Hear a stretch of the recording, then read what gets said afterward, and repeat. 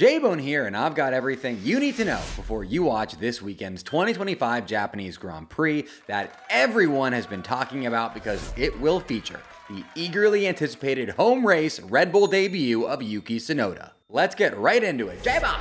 The Formula One Japanese Grand Prix takes place this weekend at the Suzuka International Racing Course, better known as the Suzuka Circuit, in Suzuka, Mie Prefecture, Kansai, Honshu, Japan, Asia, Earth, Solar System, Milky Way, Laniakea Supercluster, Universe. Depending on where you live, the 2025 Japanese Grand Prix weekend starts this Thursday or Friday, April 3rd or 4th. Just like with the Australian and Chinese Grand Prix, I highly recommend double checking the race weekend schedule now, like right now by looking at this schedule that's on screen, because the Japanese Grand Prix race weekend gets mega confusing due to time zones, and you absolutely will not want to miss any of the action. The Japanese Grand Prix used to take place near the end of the F1 season and would frequently be the race that decided that season's World Drivers' Championship.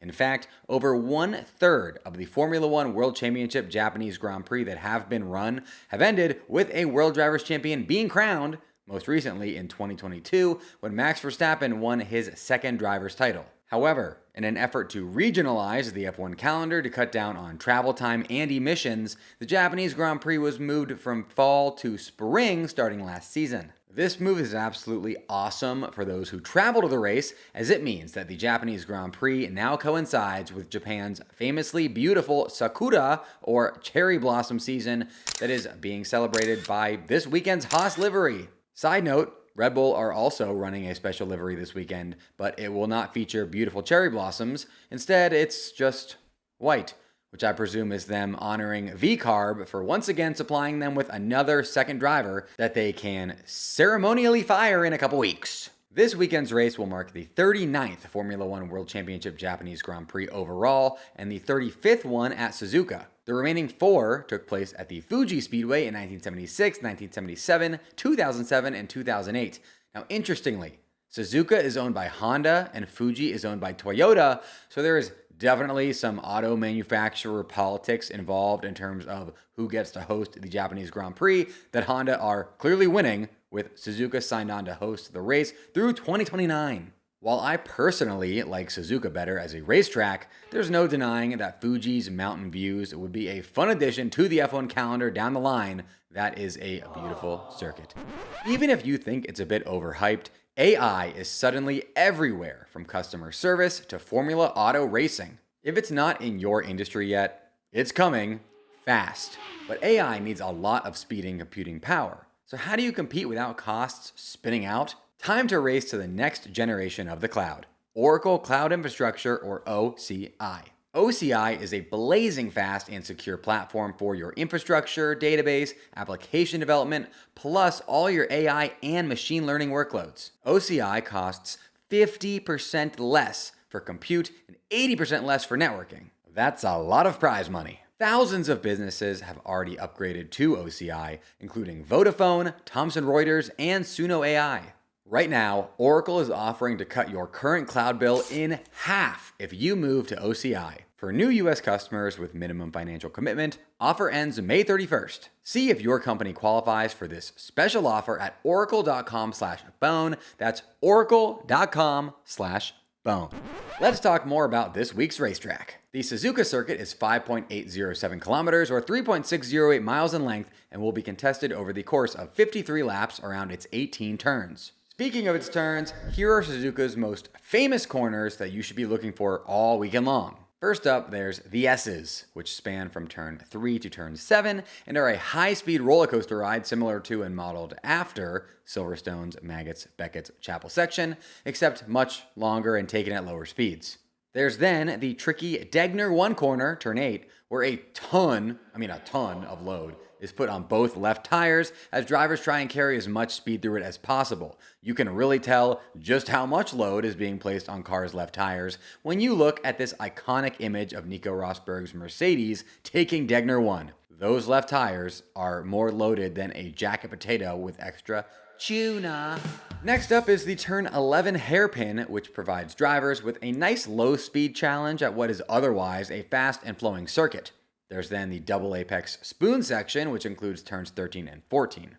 Spoon can make or break your lap time, as you need to make sure you carry enough speed through it to be nicely set up for Suzuka's longest flat-out section between turns 14 and 16. Included in that longest flat-out section is the circuit's fastest corner, turn 15 130R, which can be taken flat out and is similar to Silverstone's Copse Corner in terms of the speeds drivers will be taking through it. The math nerds out there will tell you that it shouldn't be called 130R anymore because it was reprofiled in 2003, which resulted in its namesake radius no longer measuring 130 meters. But to them, I say, I have literally no idea what you're talking about, and please do not try to explain it any further because I just don't care. Before we move on to talking about this weekend's biggest storylines, it would be amazing if you could toss this video a like, because I'm trying to hit 6,000 likes on it like we almost did on my Chinese Grand Prix preview, so that YouTube likes me more and shows my race previews and recaps to more people this season. It really helps out, folks. My Chinese Grand Prix preview is the most viewed video in the history of my channel by far, and I want to keep that momentum rolling with this race preview video. J-Bound! Alright, here are your 4 storylines to follow for the 2025 F1 Japanese Grand Prix. Your first storyline, the biggest sports story on planet Earth this week, is easily the Red Bull debut of Yuki Tsunoda, and here's why. Red Bull shocked the sports world last week when they announced that after just 2 Grand Prix weekends, they would be dropping their underperforming rookie driver, Liam Lawson. Even though Red Bull have become famous in recent years for having zero patience when it comes to underperforming drivers, and Liam Lawson had an undeniably awful start to the season, dropping any F1 driver after just 2 races is absolutely insane because you've committed to them all offseason and then given them barely any time to adjust to the car before deciding they ain't it. The only thing spicier than the news that Red Bull were dropping Liam Lawson after just 2 races was the extra spicy news regarding who would be replacing Lawson at Red Bull. And that was VCARB driver Yuki Tsunoda. Why was this news extra spicy? Because it meant Yuki Tsunoda's first race as a Red Bull driver would be his home Grand Prix, this weekend's Japanese Grand Prix. This means if Yuki can overcome the hurdles Lawson struggled with and the curse that's clearly on that second Red Bull seat, considering he's the 3rd driver to sit in it in 4 months, Yuki could accomplish a legendary home Grand Prix result. Yuki has stated that his goal this weekend is to achieve his first career podium, and he's sounding pretty confident about how he'll be able to adapt to the allegedly tricky RB21 after driving in the simulator. In terms of precedent, while Japanese F1 drivers have only combined for 3 podiums ever, 2 of those 3 podiums were at Suzuka, which has me feeling like we could see something crazy this weekend. Home Grand Prix aside, Yuki was the obvious choice all along for Liam's vacant seat, as not only has he had a solid start to 2025, but he also was the guy who many people thought should have been given the Red Bull seat over Lawson in the first place, given how he performed head-to-head against Lawson last season when they were VCARB teammates. I also think Liam Lawson's seat was only made vacant in the first place because they knew they had such a good backup lined up. Fortunately for Liam Lawson, Red Bull also owned VCARB, so Lawson losing his Red Bull seat has not resulted in him getting booted from F1, as he'll merely be returning to VCARB via swapping seats with Yuki Tsunoda. Your second storyline, we could easily get a legendary F1 moment this weekend. Let me explain how. Each of McLaren's 2 drivers, Lando Norris and Oscar Piastri, has a Grand Prix win thus far this F1 season, headed into the 3rd race this weekend's Japanese Grand Prix. Considering this, and the fact that the 2 Papaya drivers are the odds-on favorites to win the 2025 World Drivers' Championship, whichever one of them ends up being the driver to break this win tie would be sending a powerful message to the McLaren team, the grid, and the world that they are McLaren's top driver this season, and thus the driver who will go on to be 2025's F1 World Drivers' Champion. Accordingly, Lando Norris and Oscar Piastri are both going to be absolutely locked in this weekend so as to destroy and demoralize the other and kick their title campaign off in style, which could potentially result in some incredible McLaren in Japan teammate drama mirroring what we saw at the 1989 Japanese Grand Prix. At this race, McLaren teammates and title contenders Ayrton Senna and Alain Prost famously crashed on lap 46, which controversially led to Prost winning that season's driver's title over Senna. If McLaren's 2 title contending teammates dramatically crash in Japan this weekend while battling each other to prove who deserves to be World Drivers' Champion, Well, that would be an absolutely iconic, modern-day carbon copy of one of F1's most famous moments, and certainly would become part of F1 lore forever. Now, I'm not rooting for that to happen, but as long as nobody gets hurt, I'm 100% rooting for that to happen. Your third storyline, Scuderia Ferrari need to figure it out fast. Through the first two Grand Prix weekends of 2025, Ferrari, who were predicted by many of Formula One's smartest, most accomplished, and race car bettiest predictors to win the 2025 World Constructors' Championship, are currently in an abysmal 5th place in the 2025 World Constructors' Championship, behind Williams, last season's second worst team. Yikes. While it's true that this is largely because they just suffered a double disqualification in China, it's 100% their own fault that they suffered a double disqualification in China because both disqualifications were preventable, so they and Tifosi around the world have only the team to blame. Though I'm sure that will not stop some of them from still blaming Max Verstappen somehow. Before the double DQ, Ferrari were certainly trending upwards thanks to Lewis Hamilton's dominant Chinese Grand Prix sprint race victory, but leave it to Ferrari to take an upward trend and turn it on its head at any given moment. I personally think Ferrari will have a decent weekend in Suzuka, a circuit at which they finished 3-4 last season, but I equally expect them to have a catastrophic meltdown resulting in a tumble down the World Constructors' Championship order, because such is life for the prancing horses these days.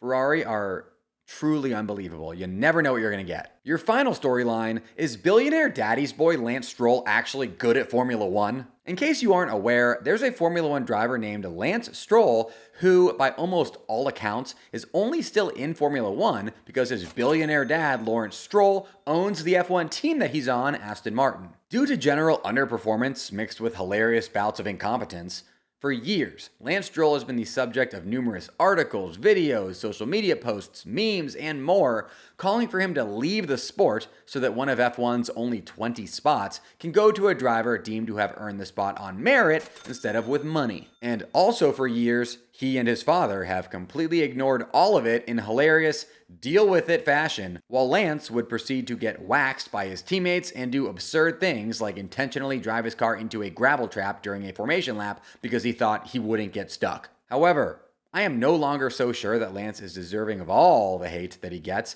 as he's actually had a solid start to the season. Lance Stroll is currently sitting in 8th place in the World Drivers' Championship and is one of just 6 drivers to have finished in the top 10 in all 3 races so far in 2025, with the other 5 all being on either McLaren, Red Bull, or Mercedes, which are the current 3 top teams in the World Constructors' Championship. Lance is also outperforming his teammate Fernando Alonso at the moment, which is wildly impressive considering he never has before, and also considering Alonso is a 2-time World Drivers' Champion. While I'm definitely surprised and impressed with Lance's start to the season, I'm personally not yet ready to declare Lance Stroll actually good at Formula One. But are you? Let me know in the comments.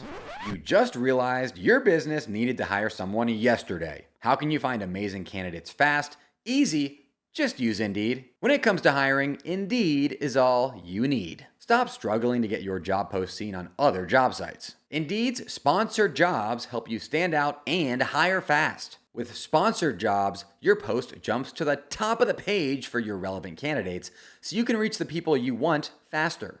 And it makes a huge difference. According to Indeed data, sponsored jobs posted directly on Indeed have, get a load of this, 45% more applications than non-sponsored jobs. One of the things I love about Indeed is that it makes hiring so fast because they've streamlined the process so your business can get back to business faster. There's no need to wait any longer. Speed up your hiring right now with Indeed. And listeners of this show will get a $75 sponsored job credit to get your jobs more visibility at Indeed.com/FBone. Just go to Indeed.com/FBone right now and support our show by saying you heard about Indeed on this podcast. Indeed.com/FBone. Terms and conditions apply. Hiring? Indeed is all you need. Now, the moment you've all been waiting for. Here are my 3 bona fide race predictions for the 2025 F1 Japanese Grand Prix. You may recall that after the Chinese Grand Prix, I am currently at 50% on the season with my predictions at 3 for 6, which means I'm currently on track to keep my name being J-Bone instead of L-Bone this season if I can go 2 for 3 or better with these Japan predictions. My first race prediction is that in Japan, VCarb's Liam Lawson will finish ahead of Red Bull's Yuki Tsunoda, aka the guy who just took Liam's Red Bull seat from him. Listen. I hope I'm wrong here, because I want nothing more than for Yuki Tsunoda to hop into the Red Bull, win his home race, and then have a long, successful F1 career because I'm a fan of the man. However, there are two main things working against Yuki here. First, that if such talented drivers as Checo Perez and Liam Lawson both struggled with adapting to the Red Bull's car concept, I find it hard to believe that Yuki Tsunoda won't at least struggle with it his first time ever experiencing it. Second, that the V-Carb car is actually looking really strong and has made it to Q3 in qualifying 3 out of 4 times to start the season, including by V-Carb rookie driver Isaac Hadjar. He impressively managed to put it in P7 on the starting grid in China. If Yuki manages to beat those odds this weekend and thus beat Liam, he's even better than I already think he is. My second race prediction is that the Japanese Grand Prix podium will consist of Lando Norris, Oscar Piastri, and Max Verstappen. My reasoning here is pretty straightforward. The McLaren car is such a rocket ship right now that I think the Papayas will finish 1-2 at a circuit where top cars have pulled away from the field in recent years. And then Max Verstappen has absolutely dominated at Suzuka and built huge gaps to the field on his way to winning the last 3 Japanese Grand Prix that I think he still finishes on the podium despite losing to the McLarens. My third race prediction is that Lewis Hamilton will finish ahead of his Ferrari teammate Charles Leclerc at Suzuka. Lewis seems overall more confident in the 2025 Ferrari car than Leclerc at the moment, as evidenced by his dominant sprint race win in China. Not only that, but Lewis Hamilton has won the Japanese Grand Prix at Suzuka 4 times, while Charles Leclerc has never finished higher than P3. Because of this, I think Lewis will have more confidence headed into the race weekend than Leclerc, which is a big advantage at a full send circuit like Suzuka. And now for the most important part of this video, what are your predictions for the 2025 Japanese Grand Prix? Let me see them in the comments. Go comment right now, immediately. Go there now, go. And last but not least today, here's my prediction for the top 5 finishers in the 2025 Japanese Grand Prix with zero reasoning nor explanation. P5 Lewis Hamilton, P4 George Russell, P3 Max Verstappen, P2 Oscar Piastri, and P1 Lando Norris. Toss me a subscription now and ring that notification bell so that you'll get my combined Japanese Grand Prix recap and Bahrain Grand Prix preview video next week right when it drops. And while you're doing that, do not forget to like this video so that YouTube likes me more. Special shout out to my top YouTube channel members: Joe Max's #1 hater Snow, Brian Linton, Wolfsels Racing, Waffleopicus, Melissa Cruz, The Tater, Elmar Zuber, and David Hake. Mash that join button just below this video to get your name shouted out right here in future videos. And until next time, folks, J-Bomb! J-Bomb!